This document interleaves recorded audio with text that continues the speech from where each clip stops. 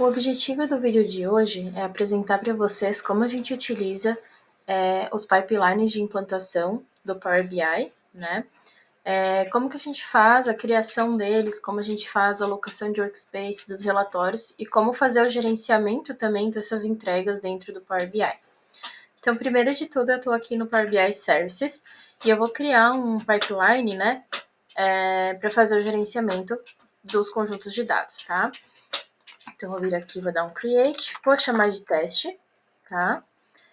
E aí, todo o pipeline, ele vai ser, por padrão, ele vai ter 3 etapas. Então, a gente vai ter a etapa de desenvolvimento, a etapa de testes e a etapa de produção. E para cada uma dessas etapas, a gente precisa alocar um workspace específico, né? Justamente para a gente conseguir gerenciar aquilo que está em desenvolvimento, aquilo que está em testes, e aquilo que já está na produção. Então, antes de a gente iniciar o pipeline, você precisa ter a certeza que você vai ter um workspace específico para cada etapa dessas. E lembrando que essa ferramenta ela só está disponível para as licenças premium, tá? Então, vocês vão ver que o workspace vai ter esse diamantezinho aqui do lado. Então, agora a gente vai alocar cada workspace em cada etapa. Então, aqui eu vou colocar o meu workspace de dev, aqui eu vou colocar o meu workspace de teste, e aqui eu vou colocar o produção. Então, assim que eu faço a alocação do workspace dentro desse pipeline, ele automaticamente já vai fazer o relacionamento entre esses workspaces, tá? Então, a próxima etapa é publicar, né, o nosso dataset dentro do nosso workspace aqui de desenvolvimento, tá? Então, eu tenho aqui um dataset padrão aqui que eu utilizo no portfólio de apresentação, tá? E eu vou fazer a publicação dele agora no nosso workspace de desenvolvimento. Então, eu vou caçar aqui, financeiro dev, e vamos publicar.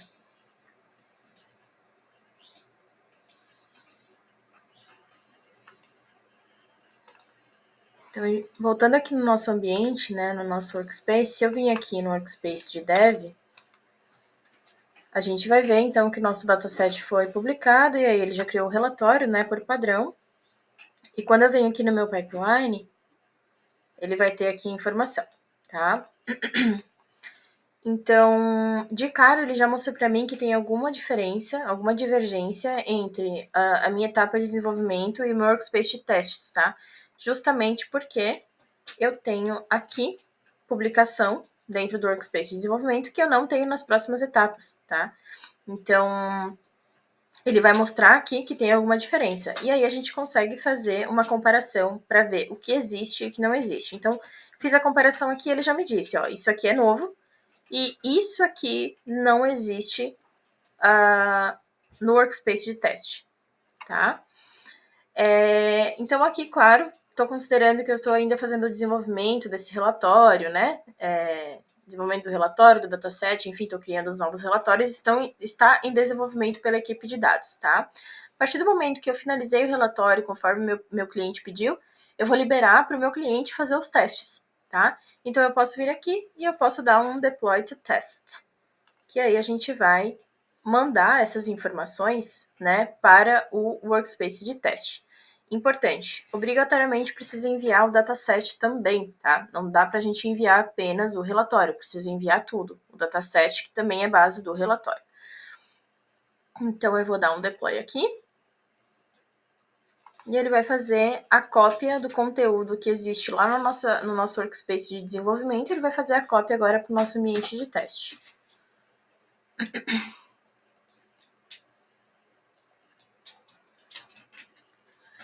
Legal, então ele finalizou a cópia, então agora ele já entendeu que está tudo certo entre ambiente de desenvolvimento e teste, está tudo certo, porém ele já encontrou uma diferença entre teste e produção. Lógico, porque a gente tem situações aqui, né, que a gente não tem aqui no nosso ambiente de produção. Então, o mesmo formato, se eu quiser comparar, ele vai me dizer que tem duas diferenças, porque aqui eu tenho dados novos e aqui eu não tenho nada, né? Então, na prática, quando ele chega no ambiente de teste, a gente consegue avisar o nosso usuário final, o nosso cliente, de que o produto está liberado para teste. E aquele usuário pode acessar e pode fazer os testes que ele quiser, tá? Se estiver tudo certo, né, com o produto que a gente entregou no ambiente de testes, a gente já pode fazer o envio, né, dessas informações para o ambiente de produção. Então, eu só vir aqui dentro e dar um deploy to production. Então, eu vou enviar para a produção.